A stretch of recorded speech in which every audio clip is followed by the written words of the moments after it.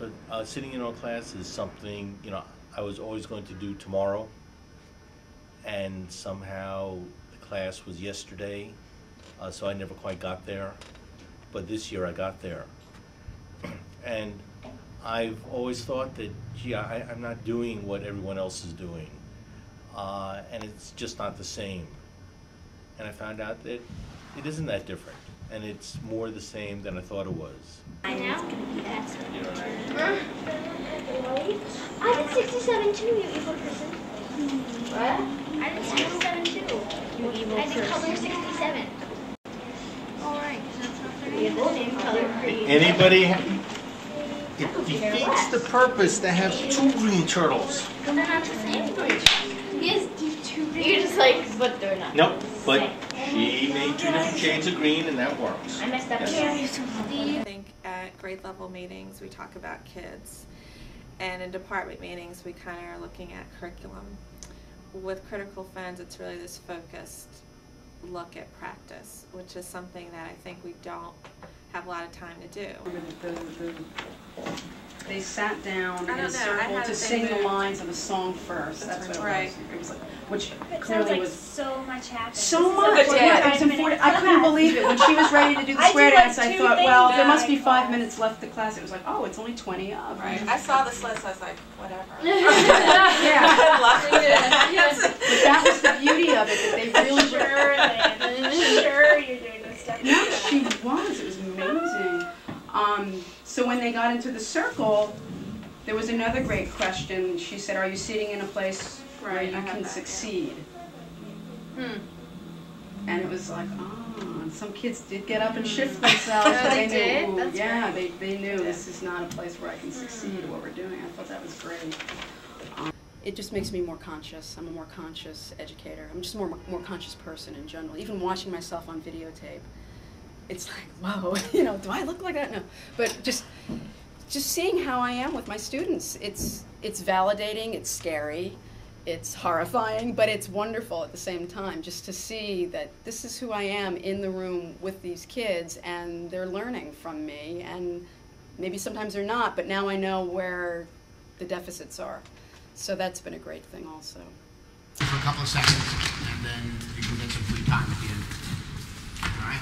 Okay, guys, now, some of you obviously didn't understand about the forced running and when you run on the fly ball and stuff like that. It's okay to make these mistakes here in class, and even when we go out to play softball. But try to understand what we're doing. Try to understand what I'm teaching you, so it will give you a better understanding of the game. If you're confused, you can always ask again. There's nothing wrong with raising your hand and saying, I didn't understand that.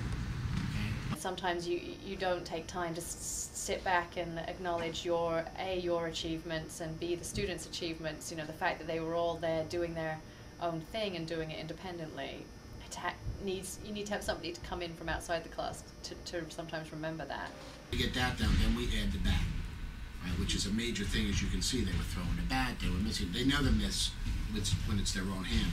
So it's called, in PE, it's called lead-up games. Like I'll do something once and it'll be fabulous or it'll flop and it sort of doesn't matter. It's hard to keep that thread going, to alter your classroom, to alter your practice in some kind of meaningful and permanent way and lasting way, rather than just have it be some tinkering that's then lost forever. So I think the group is good for that. It's longevity.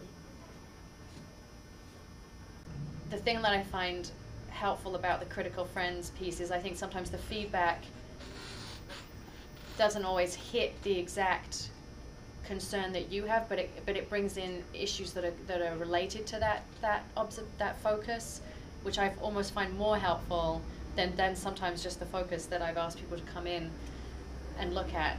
Okay, so we'll do it tomorrow, Tuesday, and Wednesday. And you're going to have the 3 measurements, and you're going to have 2 measurements. And just a sense of how many students I was actually getting around to. I often come out of those classes feeling like I haven't scratched the surface, and I sort of wanted an observer to come in and see how many students I was actually getting around to. Yes. Do you have, how are you doing down there? Are you pretty good? I'm not done yet. Do you have questions about anything, or you're good? No, I'm good. All right. So I just wanted to make sure that if people needed to use the computer, they could when we switched over. Okay. So you can go back down and carry on with what you're working on. Rebecca? Alphabetical order. Have a look at the index. I talked about both. It was kind of really great. It's just like. That's, yeah. So just focus on whatever you said you're going to Okay, focus on. thanks. Tariq. You're going to come and Emma, give me. Tariq, Yeah. how are you doing with your introduction revision? I'm finding more like notes. Okay, I'm going to check in To with make you. it more specific. I'm going to check in with you in 5 minutes. All right, about your introduction. Oh my god. The feedback that I got was that I was getting around a reasonable number of students. I had actually, at the beginning of the class, come up with a hit list of students that I specifically wanted to get around to, which I hadn't actually shared with the observers.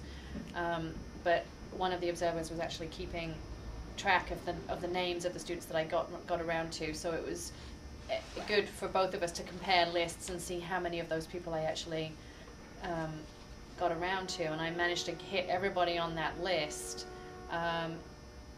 And in preparing for the class, knowing that that's what people were coming in to focus on, it made me focus on that as well when I was thinking about how to organize that class.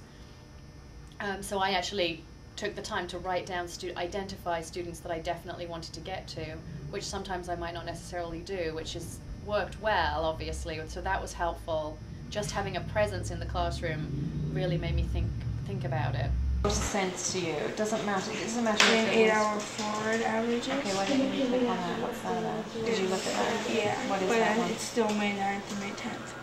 So the last time I was observed, also, you know, I had a concern that really has been bugging me for the last 10 years that I've been teaching, and every year I'm trying to find a way to solve this problem, continually looking at me not being an effectual classroom manager. And 10 years after I start teaching, you know, I get involved in this group and have someone come into my class and focus on that one concern, and at the end of the class the feedback was, well, you can't do what you're setting out to do. It's not physically possible, so let's look at some other ways of sharing the load rather than it being focused on you. Let's look at other ways of observing these students. And we talked about really exciting ideas like using video cameras, and it was just this incredible release of feeling, you know, almost feeling like a failure in this one area for this long, and then having someone come in, and it was really good therapy.